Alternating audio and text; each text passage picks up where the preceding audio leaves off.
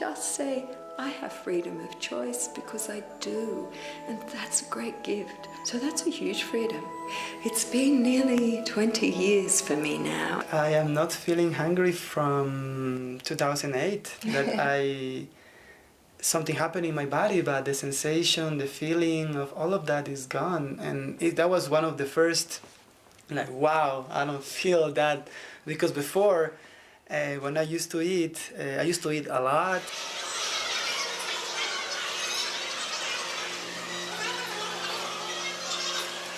It's fascinating because I don't feel like I'm depending on anything.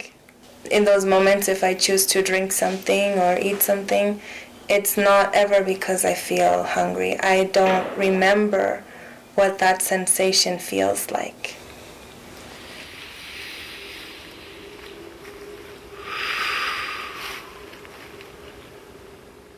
People, when they increase their chi flow, their prana level, they don't get sick anymore like people generally do. They still may get sick, but nowhere like the normal population. So we don't need pharmaceutical industries, we don't need medical industries to the degree we have. I have lived 2 pregnancies now, also in this state, and I think it's also interesting to note that in these experiences I also don't feel hunger. With my son Inti, I didn't feel at all the desire even to drink much or eat. Almost, I think, maybe 4 times in my pregnancy with him, I ate something. And this was like in social settings. No, I'm not a craving mama. I get asked the question all the time, what are your cravings? What do you want to have, you know? And are you breatharian? No. Sometimes. Sometimes. Nice. That's what is for me the most wonderful thing, that make me satisfied, make me nourish constantly. And that satisfies such a level, all my mind, my emotions, my being, and that joy makes me free of needing other things to be happy.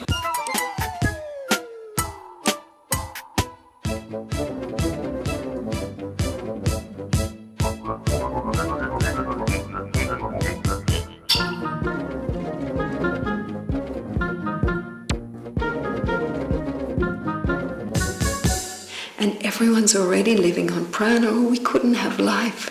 Prana is that energy force that's breathing us and allowing molecules to come around this essence energy so we can have life in this realm. It's the same essence in all. So if my essence is your essence and my essence has this gift just by aligning more to it to live purely on prana, then anyone can.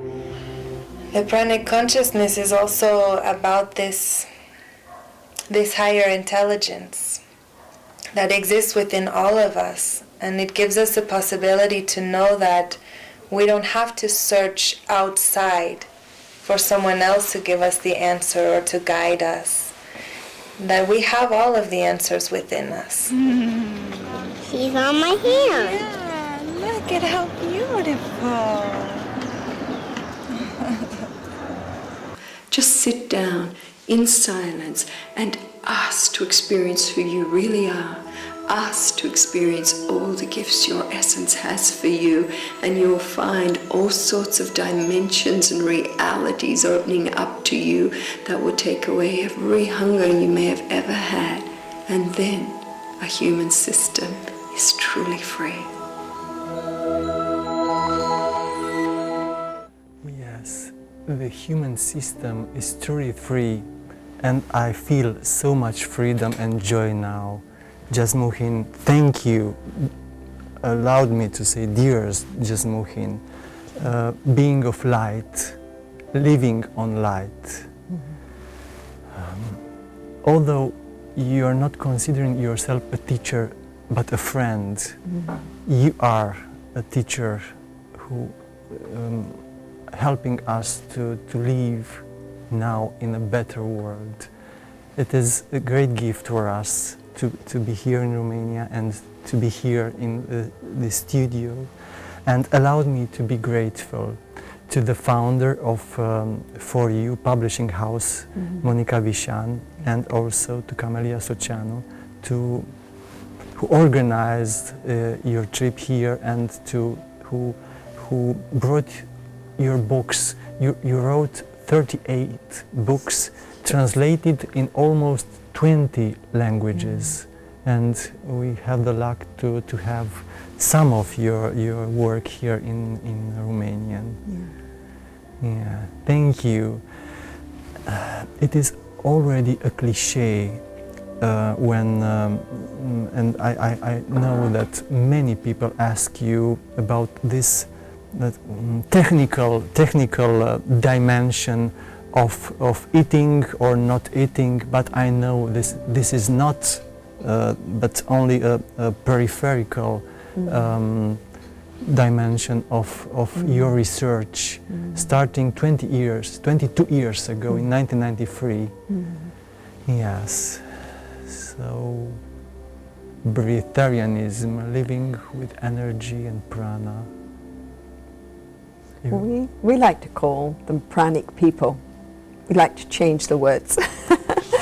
You know, it's so interesting because when I travel the world, I meet many dynamic, amazing people doing different research.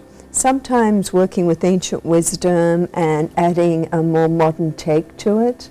I was recently in India and there was a man, Robert Schwartz, from the States, and he was beaming in a video to this big congress we have of spiritual scientists in India each year. And he was talking about pre-birth plan. And I kind of like those words, and it's the agreements we make before we come as consciousness, pure consciousness, into a planetary system to serve, or to explore, or to share gifts and give gifts and receive gifts. And all around the world I meet people who are bringing new words. So the term breatharian has been around since the 70s, but people tend to think that it's someone who just breathes and doesn't take nourishment at all, no fluid, no food. But I like the words, as you saw in the video, pranic people and pranic consciousness, because we eat all the time. And that's one of the things I'm working with this year, is the misconception. Yes. Because we get this feedback from people on the web and they say, it's impossible, a system has to eat or it will die. And they're right. Of course, a closed system will collapse. You have to. Yes. You have to. But the question now is, are there other sources? Is there another source of energy? And as you said, this has been my field of research, not just for 22 years experientially, but since I was a child. You know, I went to church and I heard the teachings of Jesus, and my mother also forcing me to eat meat, which I never wanted to eat when I was even 2 years old. And she told me that there were all these starving children in the world and I should be grateful that I have physical food. And I was, but I wasn't, because I didn't want to eat what she was giving me, especially meat.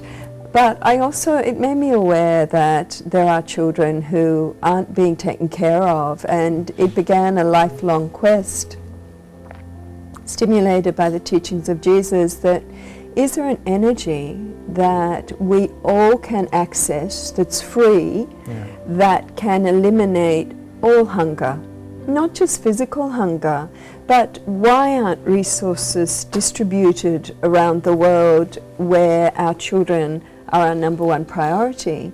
And that's because we have mental hunger and emotional hunger and spiritual hunger. So for me, my journey's always been, show me the kingdom of heaven within, which were the teachings of the Christ. I and my Father are one. Well, let that be a truth. Show me that.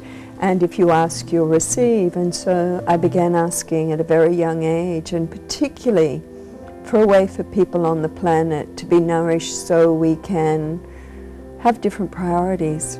Yes. You know, it's nice. I mean, what does the world look like without hungry people? What does that look like? No more greed, no more power games, no more ego games, no more domination, no more taking, resources from countries that aren't ours. What a word, what a beautiful word. Different. Yes.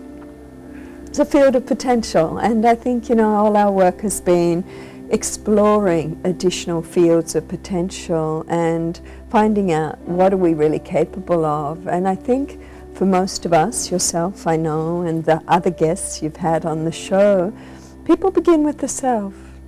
Socrates said, "Man, know thyself." What does that mean?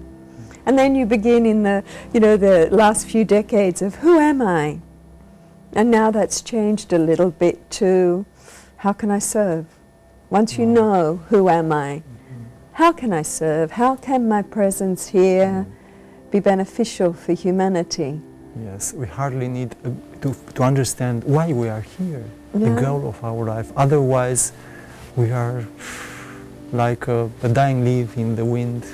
Well, you watch humanity, and I've watched a lot, and people struggle to survive. We can do a lot to help that, so it's not a struggle.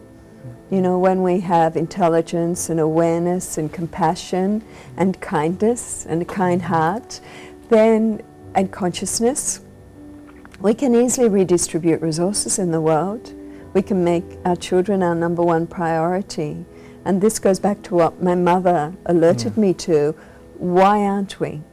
Why are there starving children in the world? And I don't want to make that from that's a terrible world, because it's a beautiful world point of view, but it is a time of shifting priorities. And I think it helps when we, through our spiritual practice, through the lifestyle we choose, can bring ourselves into a point of just peace. I'm not hungry for anything anymore. And it shocked me myself in my journey to realize you can actually lose physical hunger too. Lose physical hunger, and then what about emotional hunger? Well, that naturally goes. Everyone has many different realities, and that's the joy of free will, and that's the joy of being an intelligent species. We can create any model of reality we want. But the question is, at the end of the day, does the model of reality we create and perpetuate, does it fill our hearts with gratitude? Does it fill our lives with love? Does it fill our lives with grace? And does it perpetuate separation? Or does it allow for the unification of maybe paradigms like one people living in harmony on one planet? And I'm interested in that. Yes. I call it a game sometimes, and people say, Jasmuheen, life's serious, it's not a game. And it's like, it is really a play. We're free will beings, and we can play in many, many different ways, and we can create with love, we can create with awareness, we can create with wisdom, or we can play the me game and be very selfish in our creation as we struggle to survive. And because we're emotionally hungry and mentally hungry, we get greedy. Like take, this is mine, my money, my assets, my perfect house or car or wife or children, or it's the me game of accumulation and consumerism. Otherwise we feel we have nothing? People do, because, it's really funny. I've watched this for years because, like many, we're the witnesses of creation as well as co-creators. And I remember people saying, there's a movie star who always wanted everything and got everything, just wanted to be famous and have the mansion and the perfect everything. And they got all that and then went into loneliness because there was like an inner voice going, psst, there's more. There's psst, more. There's more. And that psst, there's more, it's the divine birthright that we have as human beings to know who we really are. And it doesn't matter how much we accumulate or consume, we'll always get to a point where this little voice will go, psst, there's more, because there's something that we call the richness of heart. Real richness of heart. And this is the richness we gain through the living of life, through the struggle, the sorrow, the suffering, the joy, the questioning, the begging, the praying, the sometimes engaging in behaviours that we look back on later and we go, oh, I didn't handle that too well. I can do better next time. And all of this gives us experiences and virtues and wisdom, and then we become richer and richer in our heart, and that sort of experience is worth gazillions. There's no such word as gazillions, but millions of dollars. Yes. And people don't realize the value of heart richness sometimes. Today in your conference, 800 people I think, and one of them asked to ask a question, but in fact it was not a question, it was a story. Mm-hmm. And the people in the conference hall hardly listening to her story, but you was there listening to her, very attentive. And I was thinking, this is the change in life change. So if a person with a broken heart, with traumatic past come to you, so those kind of history are frequently, unfortunately, and they're fighting with themselves. Yeah.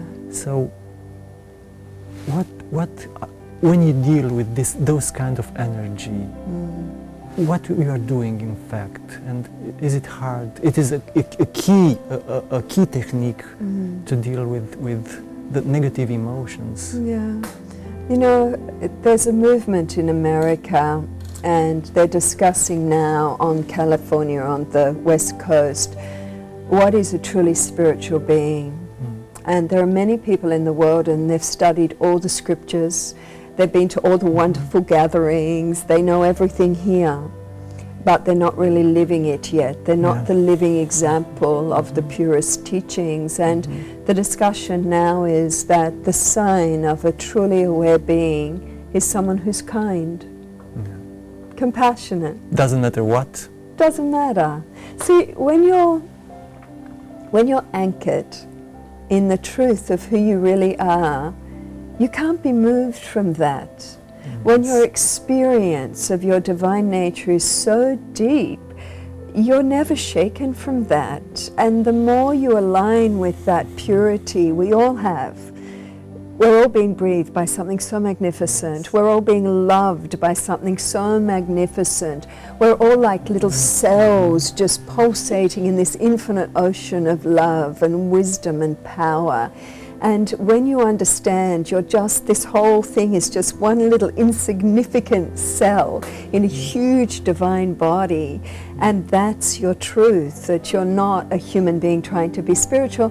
When you're really in that deep experience, you can't be moved from that. And it doesn't matter the chaos around you, and it doesn't matter anything that's happening around you, because you see from a different perspective. You can't help but feel kindness. You can't help but feel love. You can't help but feel compassion. You can't help but feel this pure, pure peace. And I think the greatest thing that many people need is just kindness, compassion, the ability to listen.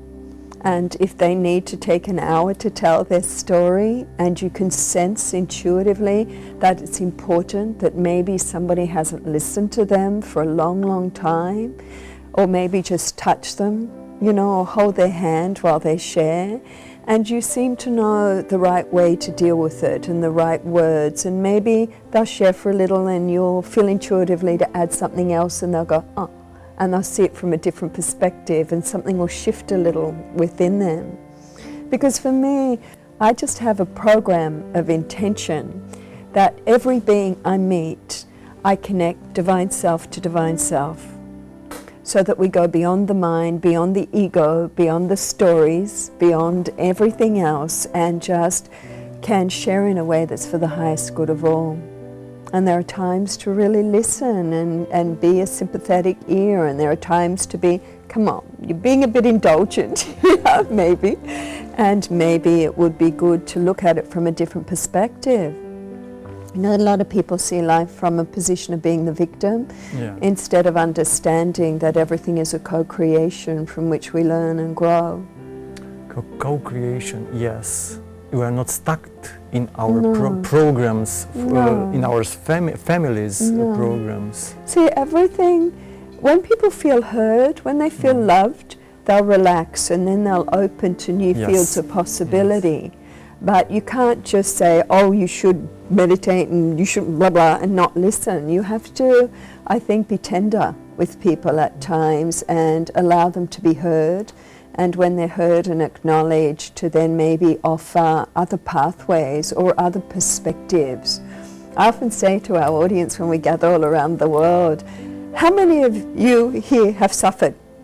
Everybody puts their hands up. Me too. And then how many of you have learned from your suffering? And everybody goes, oh. And it's tough sometimes, but then we ask, and how many of you have gained virtues from the suffering? More patience, more tolerance, more understanding. And we've come to a critical point in evolution where the words aren't that important anymore because everyone's heard them all. What's really important is a kind and compassionate heart and the ability to listen to each other and intuitively sense each other's needs. Yes, so the heart of existence, in fact, is being kind. I think so. Yes. I think when you look at all the teachings through all the world of all the beautiful spiritual beings and messengers who've walked the world and the earth, it comes back to kindness. Kindness to ourselves, kindness to each other. Jesus said, you know, treat your neighbours as you would like to be treated, and many other wonderful things. And Buddha talked of the same, and we need to be compassionate and loving, and the Dalai Lama talks of this and many others. Kindness with ourselves. That's But important. if I feel, for example, being annoyed or being angry, so to love even those kinds of feelings and emotions. It's true, you know. This is a common message coming through too. Love all parts of yourself. Yes. If you're angry, you're angry. You can love that part of you that's angry, because whether a part of you is angry or in fear or whatever, that part of you just needs more love. You know, it's like a little child. I'm a mother, I have children and grandchildren and all of that, and they're delightful, and it's so nice to have this mother's consistency of just loving the children as they grow. It's like, you're feeling angry, I can feel that. It's like, yeah, what do you need from me? Nothing, I'm angry. That can be a child. And it's the same within ourselves. We can almost separate the humanness from the divinity we carry, and from the divinity we are to step back into that and just allow and love, but not give all of that too much attention. You know, you can give it attention, but not to the degree where your life is in a cycle of victimness and suffering. And all of that stops anyway when you take the time to live the sort of lifestyle we talk about, so that you can know through experience that magnificence that gives us life. Yes. You know? And to know, like to sit in meditation and just let it all go. You know, that the mind that's so busy with so much hunger, it has its power in the future and the past, the thinking of the past, the thinking of the future, the fears, the uncertainty, the judgment, the analysis. And Eckhart Tolle's work's so beautiful with this, because it's like, just let it go, come back to the present moment. Just be aware of this incredible magnificence that breathes us enough to give us life, and stay with that. Let the mind rest, really rest with the breath. And Buddha taught this simple technique of just watching the breath.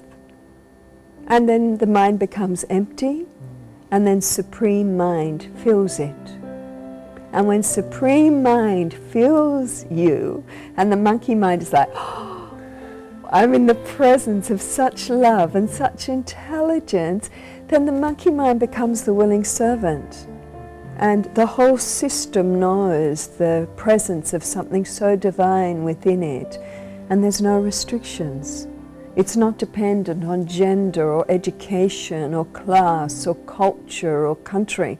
Everyone can breathe, everyone can be still, everyone can just slow the breath down and open with a heart that's willing to know who we really are beyond social conditionings and cultural conditionings, and just to say, I want to know who I really am. I want to live the highest, truest, most purest teachings of the Buddha or of the Christ, of all the holy messengers. Let me know, let me experience the truth of all they came to share.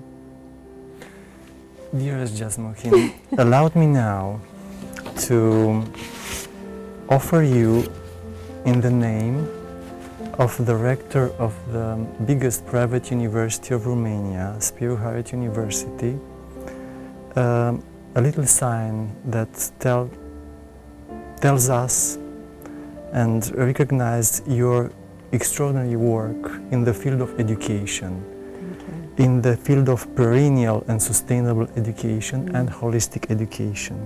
So please accept this Diploma of Excellence for your dedication to holistic education, global peace, human and social development. It is not very rare that this kind of diploma are really covering the activity and the personality of the one who received it. And I know this is a very rare, authentic moment. This, you are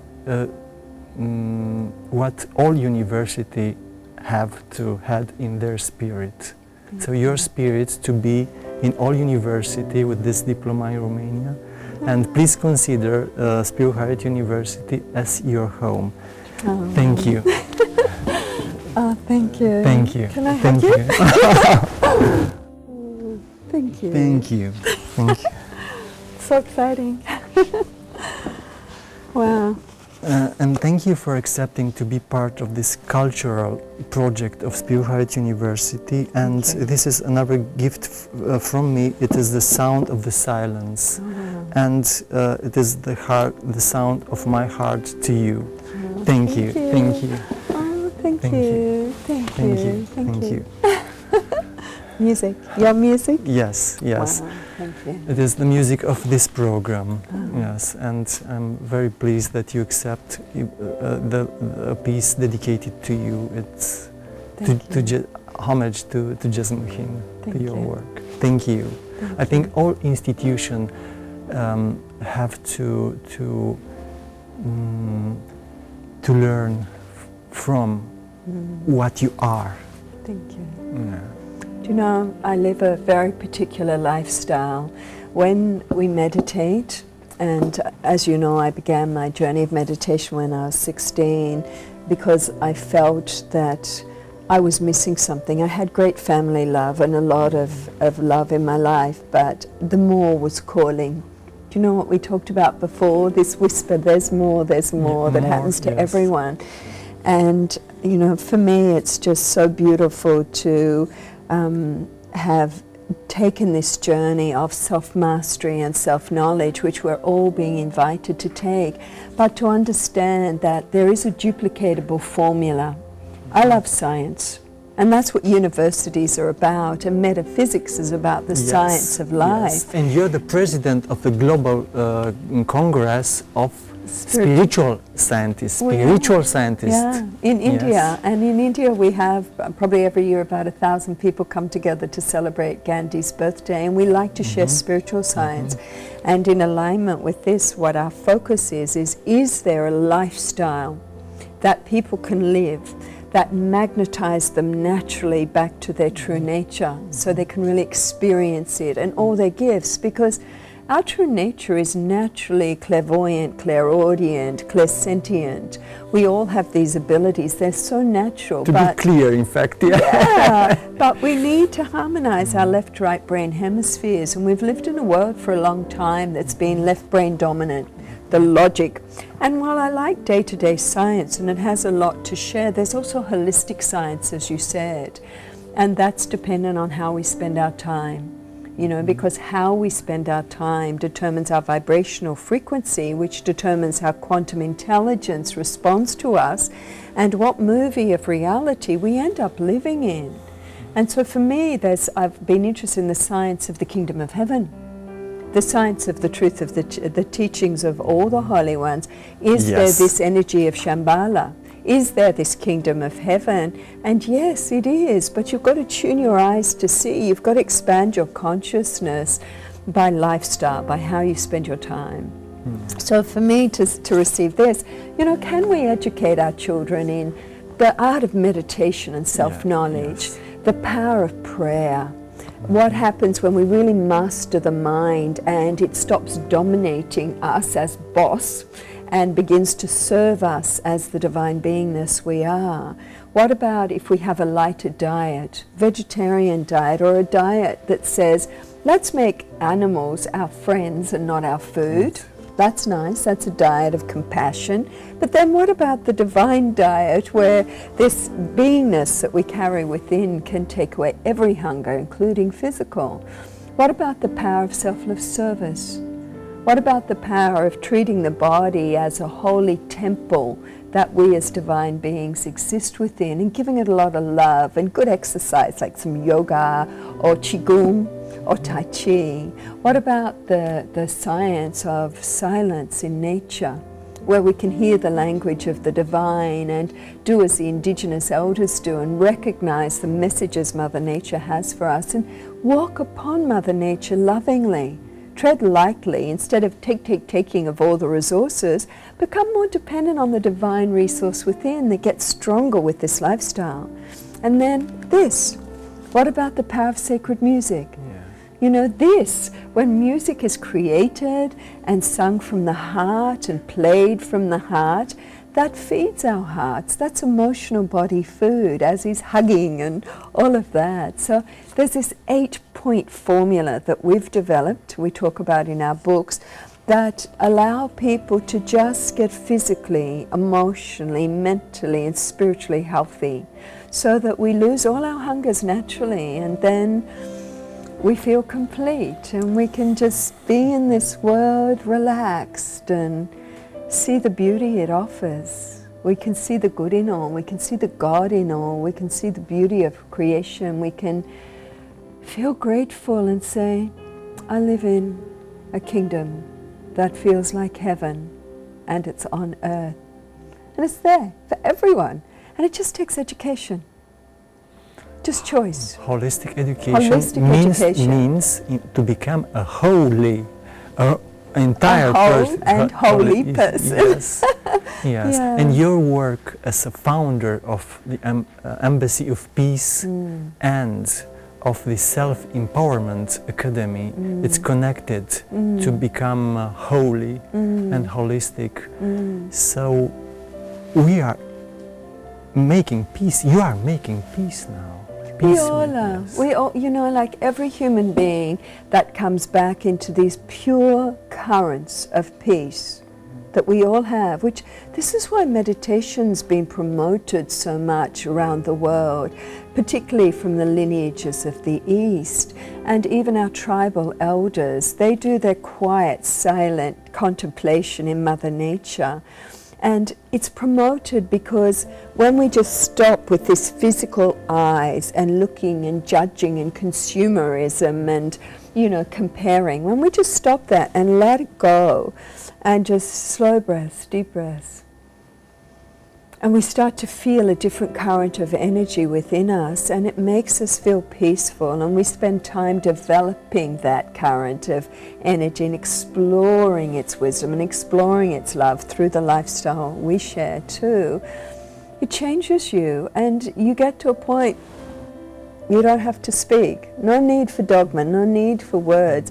Your presence emanates this in the world, and people notice it. And you know, because you're in that current in them rises spontaneously, like a flower blossoming in sunshine, you know. And so people just, you're in that peaceful current, they can be rah, rah, rah, having a hard day, cranky, But they look at you and they notice you and they relax, because what you're transmitting is food for them. It's food. It's food. Yes. So we've reached a point in evolution that, I don't know, education's important, but I think it must be an education of being the living presence, the embodiment of what the Holy Ones share. Presence equal education now. Yeah. So to learn to be present.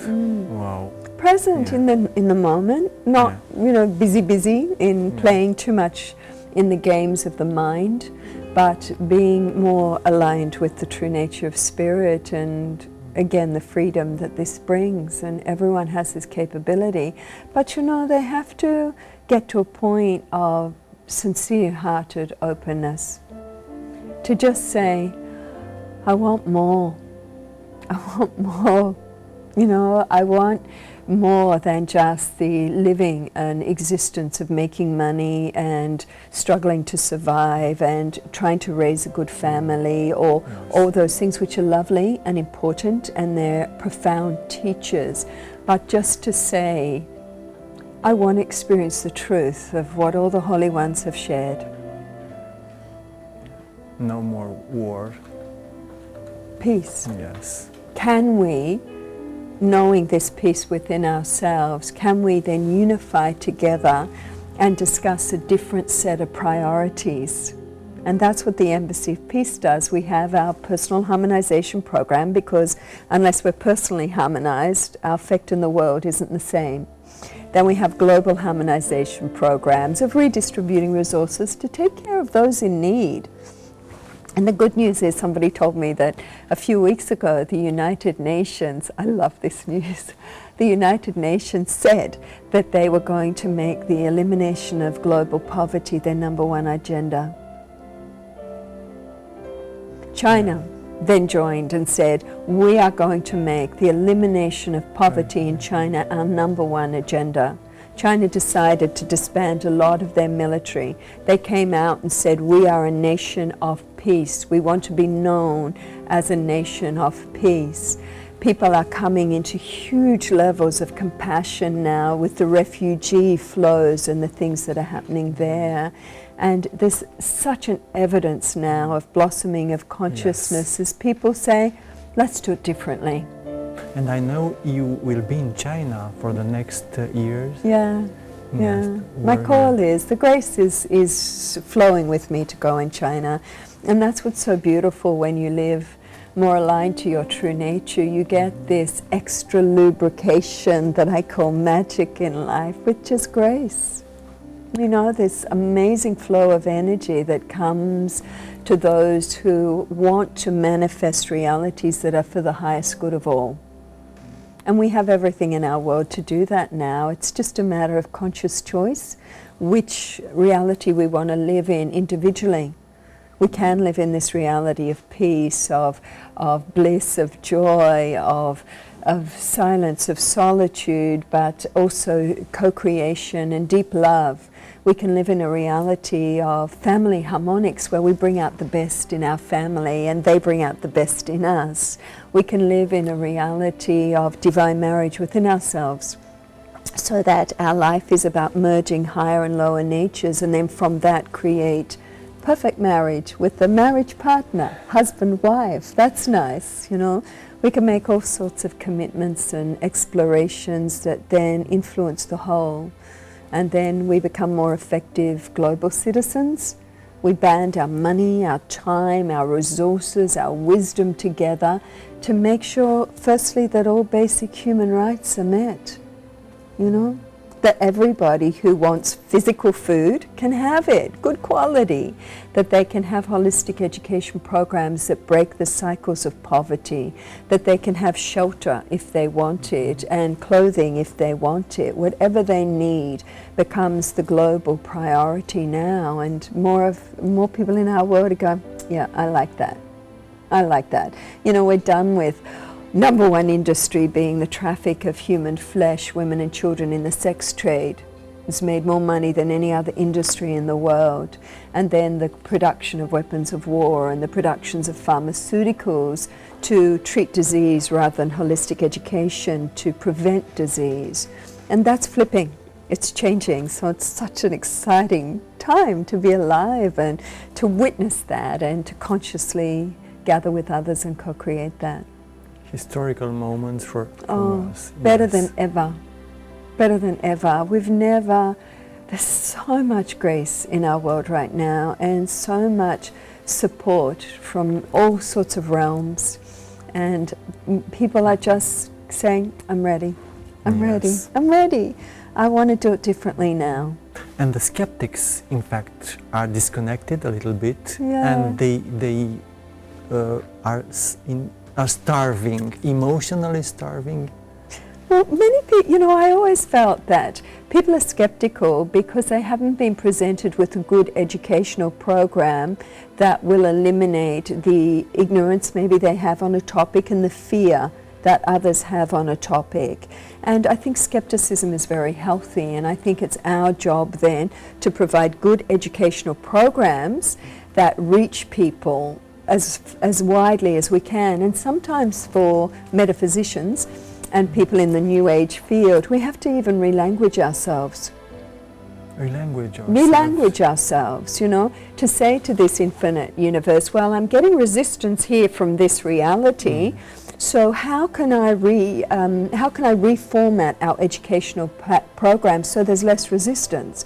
Because it's not the job of the skeptics to understand, it's the job of those who are bringing in change to present educational programs so there's less and less skepticism, and sometimes that also means relanguaging in a very simple way.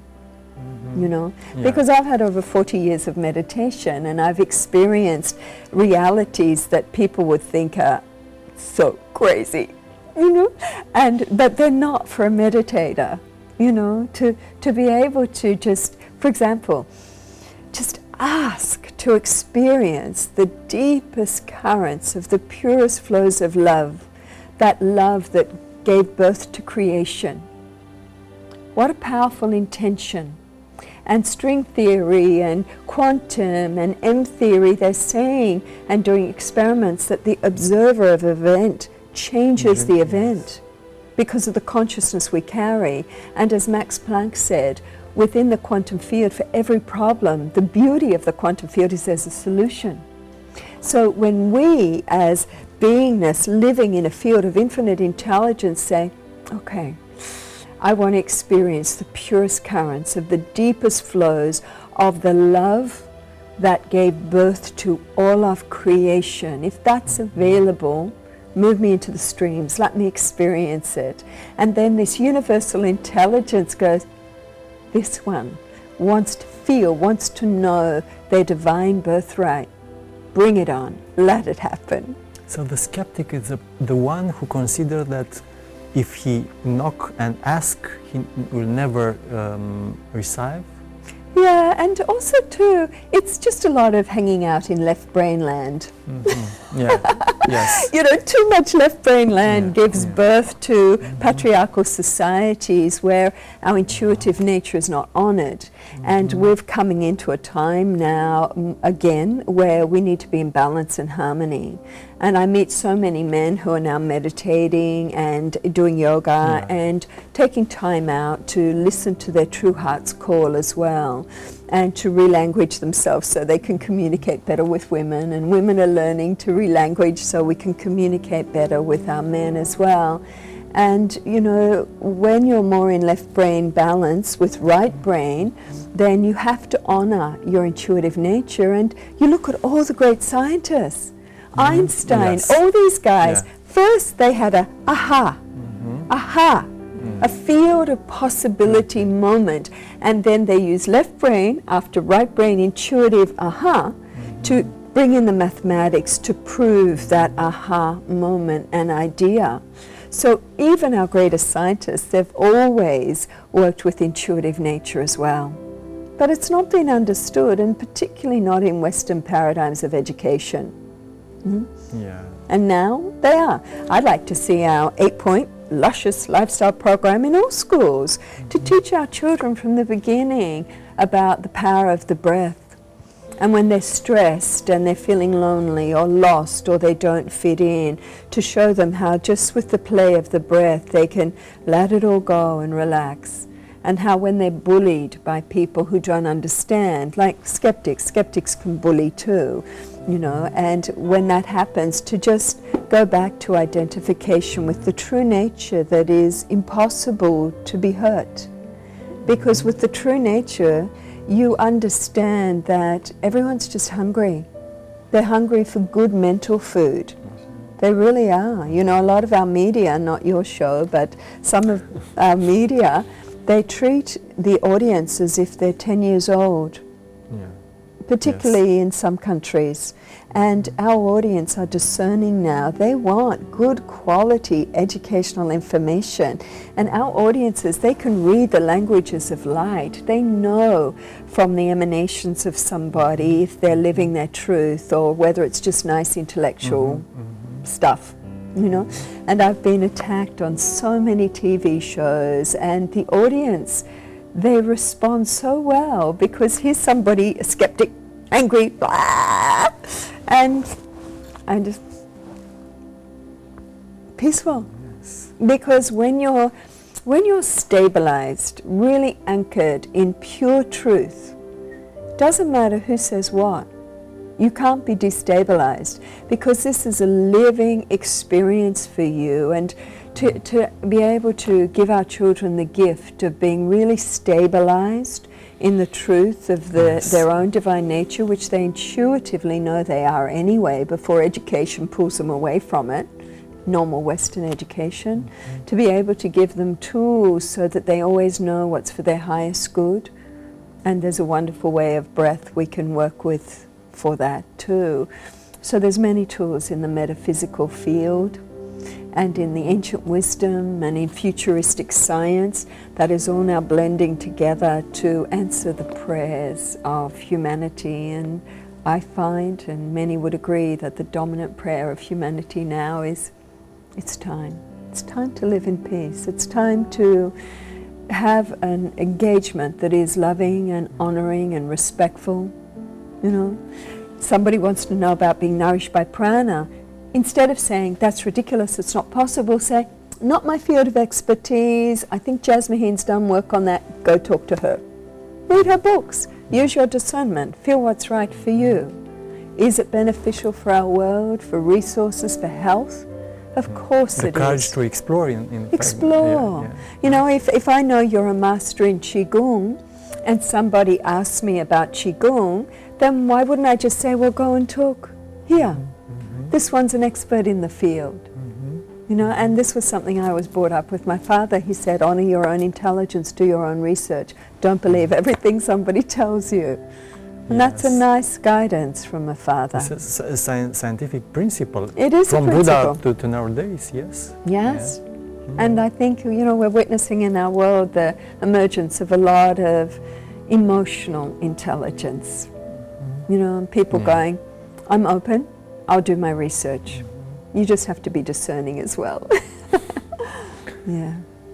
To have the courage to be open, to have the courage to flow, no matter what, no matter where.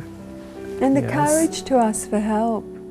The courage to acknowledge, and meditators will tell you this, the more we think we know, the more we realize we know nothing at all. And to have the courage to ask. You know, people forget. I remember this beautiful energy that people love in Asia called Kuan Yin. She's the feminine counterpart of Buddha. And she's the goddess of mercy and compassion. And it's so nice because she says that people have forgotten the power of prayer. People have forgotten the power of healing with prayer. People have forgotten the power of the prayer of gratitude when it works with universal law. So instead of complaining in life, we just look at all the wonderful things in life that do work and give thanks. Thank you, God, the sun is shining. Thank you, God, I met an amazingly open-hearted person today. Thank you, God, for the people who love me. Thank you, God, for the people I love. Thank you, God, for the people who push my buttons. and make me go, how do I deal with this, and learn new ways of being. You know, thank you, God, for the opportunity to be involved in re-education and for bringing in paradigms that honor who we really are. Allowed These things. Dear Jasmuheen, to pray now. Thank you, God, for allowing us to do this program, to be here in the presence of a master of light, Jasmuheen. Thank you. We only have 4 minutes, I think. So please conclude this program with a message or with your presence. And thank you again. Thank you.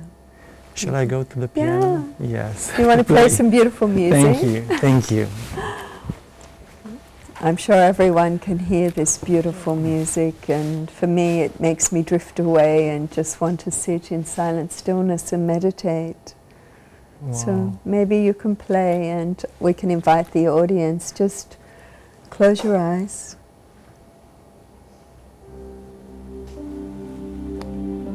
And just listen with your heart.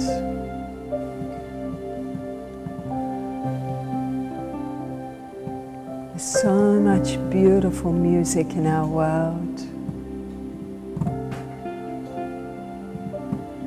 So much beautiful music in those peaceful currents inside us.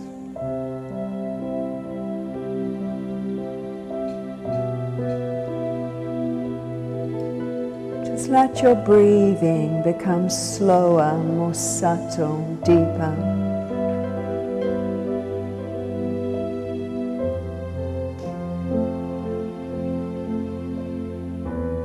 With every breath, just imagine you can draw to you and through you that pure essence energy that loves all of us enough to give us life.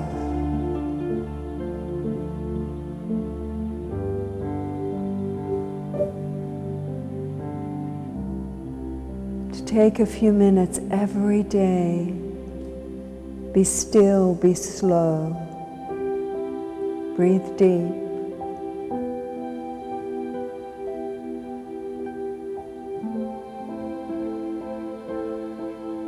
Perhaps to take another few minutes every day when you're still and peaceful, to just acknowledge all the beauty in our world, the compassionate hearts, people who share your dreams and visions. People want the best. We know this. Everybody wants love, romantic love, unconditional love, divine love. Everybody wants to be healthy on all levels, physically and emotionally, mentally. People want good relationships with family and friends and to feel passion and purpose in life. They want to feel wealthy, a wealth of clarity and vision, and have enough of this to pay bills without stress. We're the same. We all want the same things. And we have the power of prayer, the power of a compassionate heart, the power to say thank you and focus on all the good in our world. We have the power to ask to see the God in all, the divine in all, and to see goodness before us. And sometimes we have to change the attitude and the way we see life.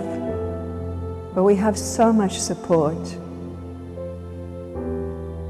Humanity can sometimes seem cruel and our journey's hard, but there is also so much goodness and so much love and so much wisdom and so much light.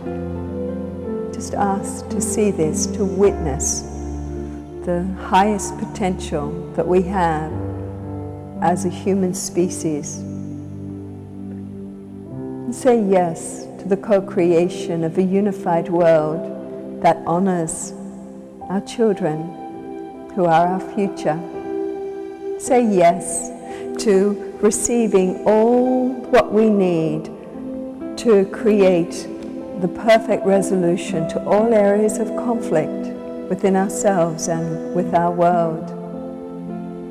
And when we say yes, yes to brilliance, yes to beauty, yes to love, yes to kindness, then our beautiful quantum intelligence will deliver this to each one. Just deep breath.